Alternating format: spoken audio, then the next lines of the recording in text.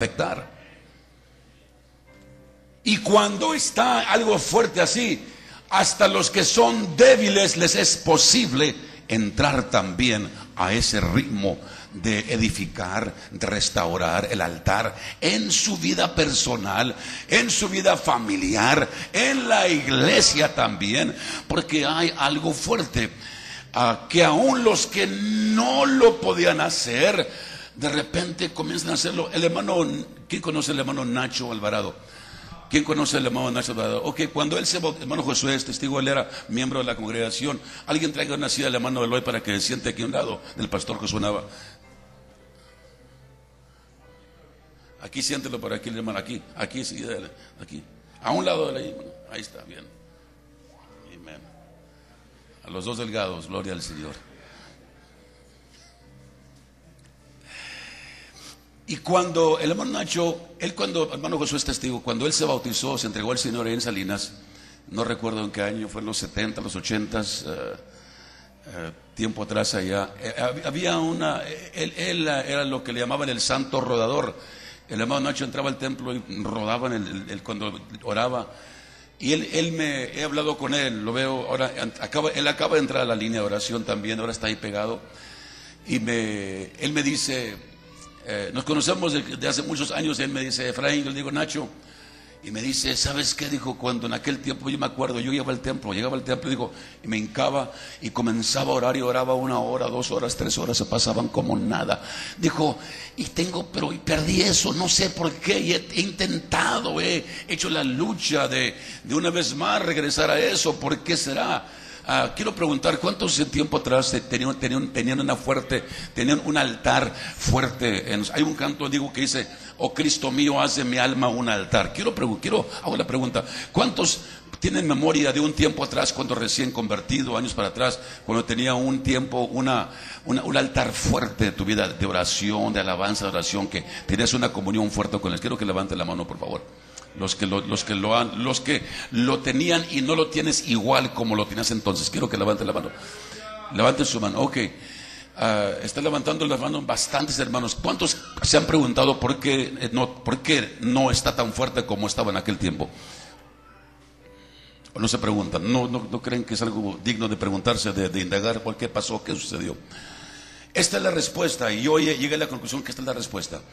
El hermano Nacho me ha preguntado eso, ¿por qué no puedo yo tener ese altar? Porque es un altar, comienza el altar personal, el altar familiar, el altar junto con la congregación local, y el altar que vamos juntando altares con altares hasta que llega un punto en que comienza a causar un impacto grande en el pueblo de Dios, y afectar a todo el pueblo de Dios, y afecta a la misma nación. Y se le pregunta esto, y entonces yo llegué a la conclusión, ¿por qué razón no ha podido? En ese tiempo, aquí está el hermano Josué, y recuerda que había un ambiente muy fuerte de oración ahí en la congregación en Salinas. Había ayuno, oración, había un fluir, no era tanto programa, sino que había un fluir de la presencia de Dios, y el que entraba y comenzaba a orar. Entonces, cuando hay un ambiente fuerte que impacte las vidas de aún de los que son débiles, los que no podían, pueden. Y yo he llegado a esta conclusión, hermano Alfredo, que estamos tratando de establecer ese altar, y te has fijado que unos ni captan, otros no pueden, quieren, no pueden, y lo que falta es que no hay lumbre en el altar. El altar ha sido derribado, o no existe.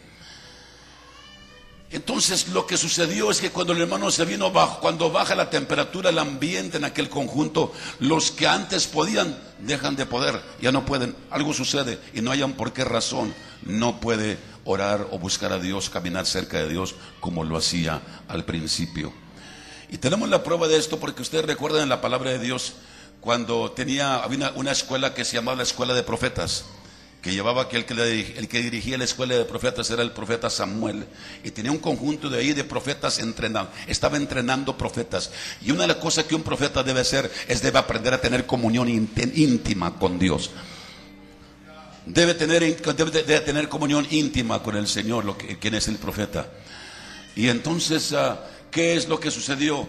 Viene, manda Saúl, anda buscando a David para matarlo, y manda unos delegados para que emisarios para que busquen a David. Unos espías andan buscando a David, y estos espías no traen ni buen espíritu, no traen buena intención, son mandados por Saúl. Y cuando se acercan a la escuela de los profetas, los espías comienzan a profetizar. El espíritu que está tan fuerte toma también a los espías y comienzan a profetizar, y Saúl pierde contacto con los espías porque ya no regresaron, y manda a otros espías y les pasa lo mismo.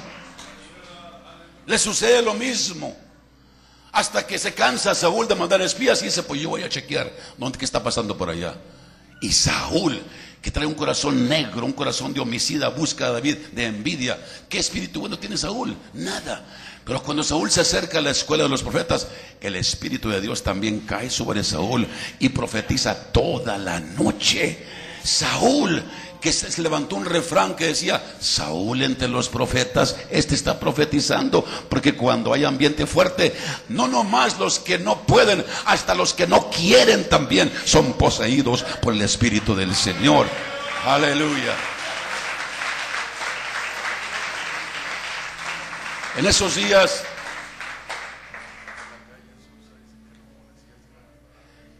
voy ahorita a citar eso. Ahí lo experimentamos en Salinas, en un tiempo que hubo un avivamiento. Tuvimos de un avivamiento como 3 años. Duró como un año, fue muy intenso. Había en el templo gente orando, los hermanos todas las noches. Había vigilia de oración todas las noches. Y no programamos nada, el pueblo se turnaba solo. Iban de noche. En ese año bautizamos cerca de 200 personas en el nombre de Jesucristo. Bautizamos a prostitutas, borrachos que salían de la calle, llegaban llorando, entraban por la puerta llorando, y eran transformados, eran cambiados. Porque donde está la gloria de Dios, ahí va a haber salvación, va a haber restauración, ahí va a haber reconciliación, va a haber sanidad. Y entró una hermana de un hermano, llevaron una inconversa, una mujer pagana. Entró al templo esa noche, y la tomó el Espíritu del Señor, y comenzó a llorar y a llorar y a ir al altar. Y luego comenzó a hablar en otras lenguas y a profetizar. Que el culto llegaron las 10 de la noche y se acabó el servicio. Ella no podía parar, tuvieron que cargarla al carro y llevársela a la casa, y todavía en la casa la acostaron en su cama toda la noche. Estuvo llorando, estuvo profetizando. Ese día cambió Dios su vida. Aleluya. Pero tiene que restaurarse el altar, porque si no hay altar y no hay sacrificio, no puede caer el fuego del cielo. Si nosotros levantamos el altar y ponemos el sacrificio, Dios se encarga de mandar el fuego, y a Él no le falta fuego. Dije, a Dios no le falta energía ni le falta fuego. Me recuerda el hermano Josué en la calle Azusa, 1906, gran derramamiento del Espíritu Santo del siglo XX. Que ha impactado nuestro mundo contemporáneo, el mundo moderno. Se juntan por 3 años ese templo, un templo donde pastoreó un hermano negro que estaba tuerto, era ciego de un ojo. Negro, en ese tiempo existía la segregación, la división entre razas. No permitían que negros comieran en ciertos restaurantes en los Estados Unidos, no permitían que hispanos comieran en ciertos establecimientos de comida. Las iglesias no permitían que las razas se mezclaran, no permitían que se casaran de una raza con otra raza. Existía ese racismo muy fuerte en los Estados Unidos. Pero cuando del hambre de un varón, debo decir, este hombre se llamaba William Seymour. William Seymour fue un negro que oyó un hermano creyente con hambre de Dios en su corazón.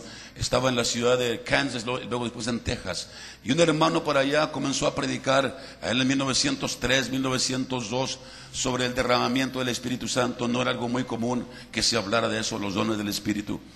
Y era un hombre blanco el hermano, y el hermano Seymour le interesó y preguntó que si podía ir a la conferencia, y le dijeron que no, que eran puros blancos los que se permitían.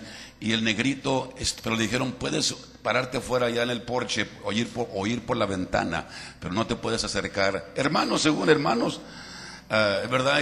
Y estate afuera. Todos los que estaban adentro, nadie se daba cuenta, nadie sabía, nadie se imaginaba que el que Dios iba a usar para causar una revolución en los Estados Unidos y en el mundo, era por medio del negrito tuerto que estaba parado afuera, que por el racismo no lo dejaron entrar.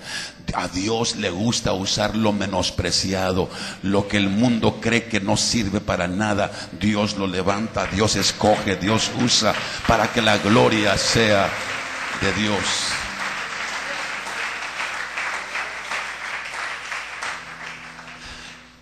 Y entonces cuando este hermano Seymour se viene para Los Ángeles, lo echan fuera de su denominación porque está predicando que Dios derrama de su Espíritu Santo y que hablan lenguas y que alaban y que saltan y cuánta cosa. Lo echaron por afuera. Se vino sin dinero, se quedó en la casa de unos hermanos. Él mismo todavía no era bautizado en el Espíritu Santo, William Seymour. Pero le comienza a predicar, a hablar a un hermano cuando está hospedando. El que lo está hospedando, ese sí recibe el don del Espíritu Santo, y el predicador todavía no lo recibe. Y es el predicador, es el que está usando el Señor. Se juntan en una casa, y la casa está todavía en Los Ángeles. La casa está en la calle que se llama Bonnie Bray, y la casa la compraron los hermanos, la preservaron, y ahí en la casa comenzaron a orar un hambre de Dios. Dijeron: tenemos hambre de Dios, necesitamos que se reedifique el altar de Dios. Y comenzaron a juntarse ahí en la casa. Se juntaron entonces hermanos blancos, negros y aún hispanos.